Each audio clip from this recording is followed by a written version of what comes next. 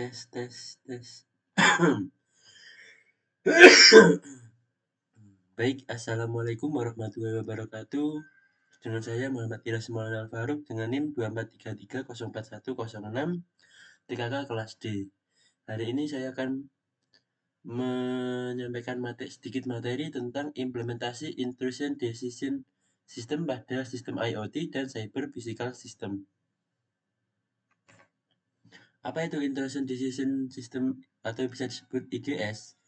Intrusion Decision System atau IDS merupakan sistem keamanan yang digunakan untuk mengawasi serta mendeteksi aktivitas mencurigakan maupun upaya serangan pada jaringan dan perangkat komputer.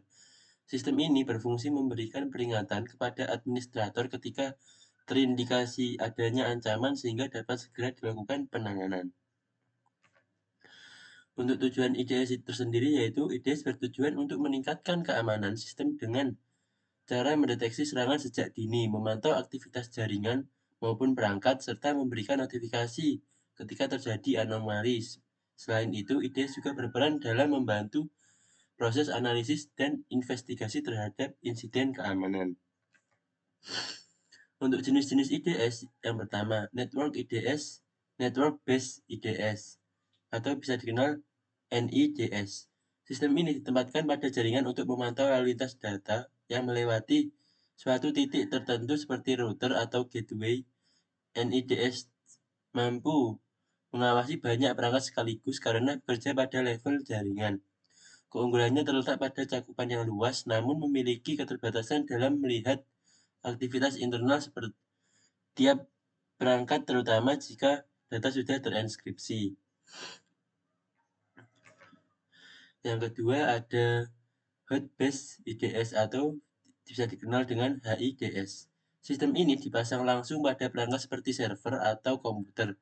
HIDS memantau aktivitas internal termasuk perubahan file, log sistem, serta proses yang berjalan. Keunggulannya adalah mampu mendeteksi ancaman yang tidak terlihat di jaringan, tetapi hanya terbatas pada perangkat tempat sistem tersebut dipasang.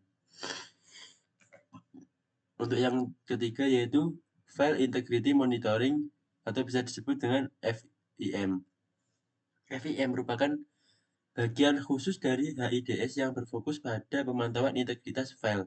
Sistem ini akan mencatat kondisi awal file kemudian membandingkannya secara berkala. Jika terdapat perubahan yang tidak sah, sistem akan memberikan peringatan. Pendekatan ini sangat penting untuk mendeteksi modifikasi file akibat malware atau akses ilegal. Yaitu secara ringkasnya jenis-jenis IDS adalah Signature Based IDS mengidentifikasi serangan berdasarkan pola yang telah dikenali sebelumnya sehingga efektif untuk ancaman yang sudah diketahui. Untuk Anomaly Based IDS mendeteksi penyimpangan dari pola normal sistem sehingga mampu menemukan serangan baru yang belum memiliki pola.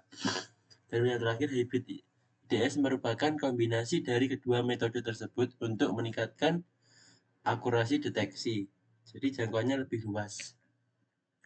Dan cara kerja IDS sendiri itu adalah IDS bekerja dengan mengumpulkan data dari jaringan atau sistem, kemudian melakukan analisis terhadap data tersebut dengan membandingkan pola aktivitas normal maupun basis data serangan. Apabila ditemukan aktivitas yang mencurigakan, sistem akan menghasilkan peringatan kepada administrator untuk ditindaklanjuti. Untuk tools IDS ada 3 yaitu Port Sentry digunakan untuk mendeteksi aktivitas scanning port.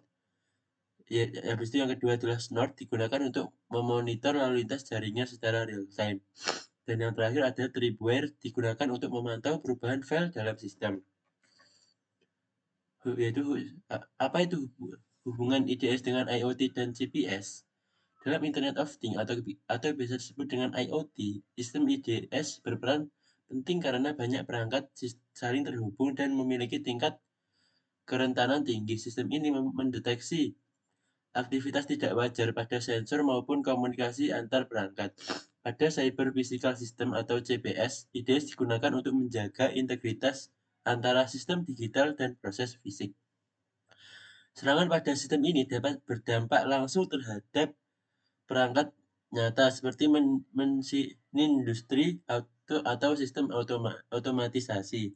Dengan demikian, IDS menjadi komponen penting dalam menjaga keamanan, stabilitas, serta keandalan sistem berbasis IoT dan GPS.